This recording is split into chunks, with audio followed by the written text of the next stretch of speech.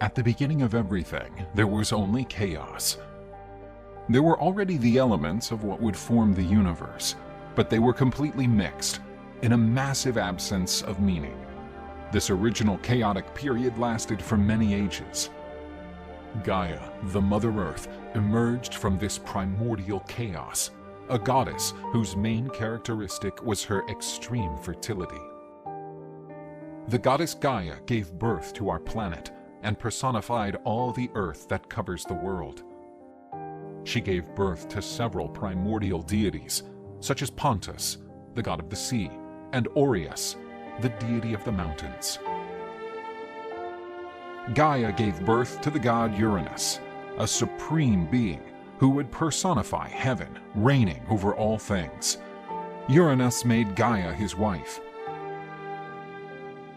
During the night, Nyx, the goddess of the night, also emerged from chaos. She crossed the heavens every day, covering it with her black mountain. At dusk, Uranus and Gaia united. The fruits of this union quickly began to hatch.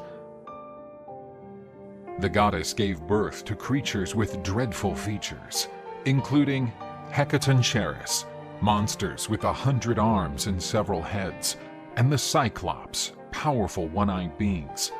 Uranus and Gaia also gave birth to a new generation of gods, powerful beings who would become known as Titans. The celestial god, when he saw the powerful offspring he had begotten, began to fear being dethroned by them, so he took action. Uranus threw all his children into Tartarus, a dark place in the depths of the earth. Appalled, the Titans beat the walls of Tartarus with violence, trying to escape. They were trapped in Gaia's womb. The revolt of creatures that were so powerful provoked an intense pain in their mother, who suffered terrible aches. Gaia couldn't stand that situation and decided to conspire against her husband.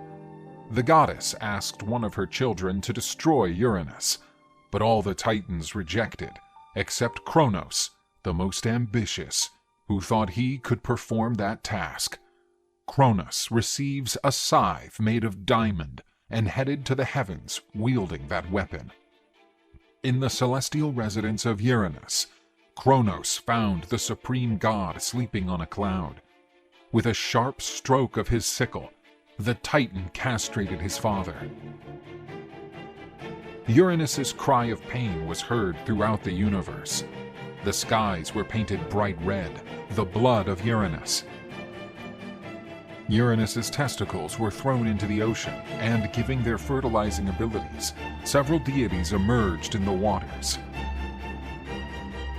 Cronus triumphantly returned and freed his imprisoned brothers.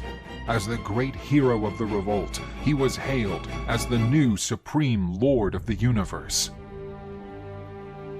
Cronus didn't free the Hecatoncheirus, nor the Cyclops, because he considered them very dangerous. They remained in Tartarus.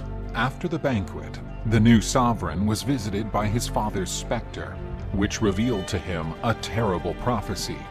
He said that, like his father, who had been dethroned by an infamous descendant, Cronus would also lose the supreme throne, overthrown by his own son in a terrible fate.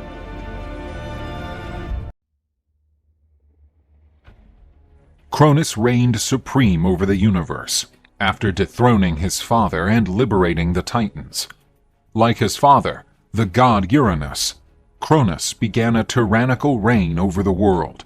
With the support of the Titans, he had no rival. But, despite having supreme power, the Titan lived tormented by the curse invoked by his father, who said that one of his sons would be responsible for his fall. Cronus was willing to do anything to prevent that outcome. The sovereign was married to Titanide Rhea, a divinity loved and adored by all.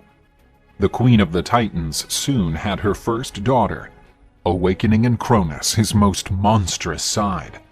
Rhea gave birth to a new kind of divinity that seemed superior to the previous generation. The Titan asked to grab his first daughter, named Hestia, one of the most loving deities ever. But in the child's eyes, Cronus saw his terrible future. A hideous impulse caused the Titan to devour his daughter. Cronus would take the newborns from the arms of their mother, who helplessly tried to prevent the tyrant from devouring one more of her children. She begged in vain, but could not soften the hard heart of the Titan. The children were successively devoured. But Rhea promised herself she wouldn't allow that monster to devour another of her children. The queen got pregnant again, but had a plan to save her baby from her terrible husband. Rhea would hide in a cave on the island of Crete, where she intended to give birth away from Cronus. She gave birth to a beautiful child who had incredible power. Rhea felt that the women of destiny had woven a glorious future for her son, who received the name Zeus. Rhea left her son in the care of the nymphs and Corybants, who beat their shields hard to muffle the sound of the powerful cry of the divine baby. The queen wrapped a stone in a cloak and took it to her husband. Cronus was waiting for her, ready to devour another child, and received the false baby delivered by Rhea. Cronus swallowed the stone without blinking, while the queen cried on the ground. But this time, the tears were not of sadness, but of emotion in saving her son's life. On the island of Crete, Zeus was breastfed with the milk of the Amalthea goat, strengthening himself every day. Zeus was informed of all that was happening in the world by a powerful eagle, which would become his sacred bird. The god grew into a powerful deity, ready to fulfill his destiny. As an adult, Zeus was unexpectedly visited by Metis, a wise deity, who gave him a decisive gift for his journey. Metis revealed to Zeus the terrible fate of his brothers, imprisoned in the stomach of the Titan. But with a potion, Zeus could free the other gods. Zeus, in disguise, went to Mount Orthris, the fortress of the Titans. There he offered the potion to Cronus, promising that the solution was a delightful delicacy. Cronus felt invincible and did not believe that anyone would dare to plan something against him, so he accepted the potion.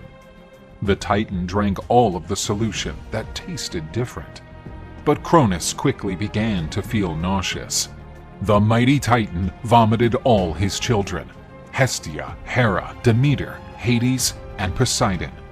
They were already adults and had a desire for revenge. Cronus also vomited the stone that deceived him.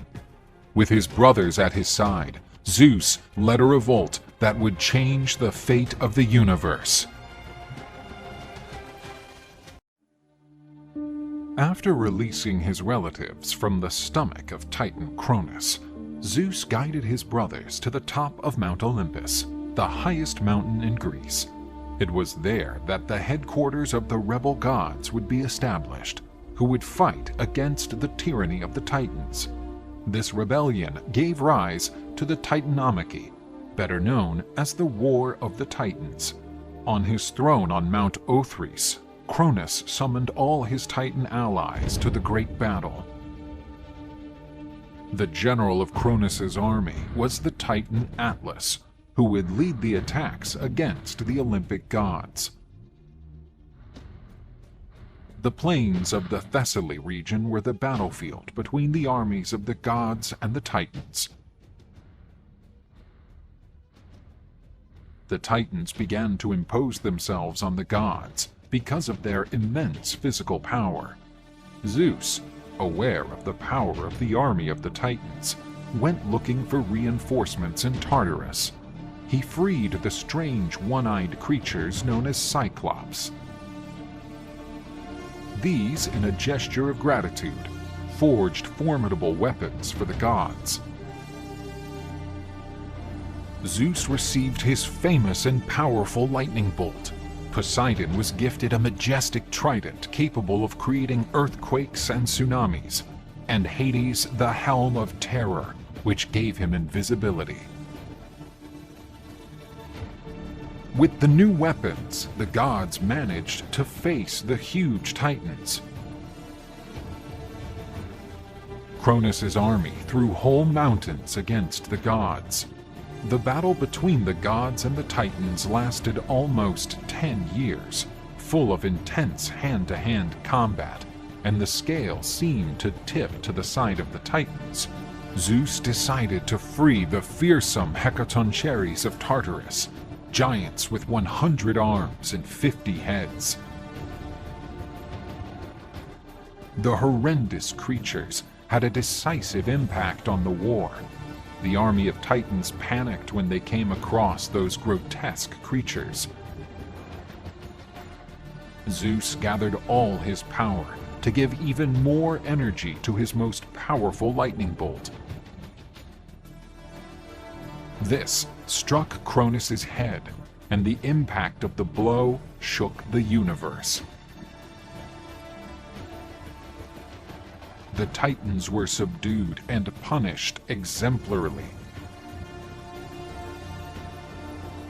Cronus and his allies were condemned to a perpetual existence in Tartarus, the Titanomachy assuming the role of jailers.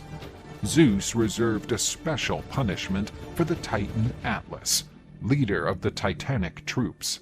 He was condemned to bear the weight of the celestial sphere on his shoulders for all eternity. The Olympic gods now reigned supreme. Under the command of Zeus, a new order began in the universe.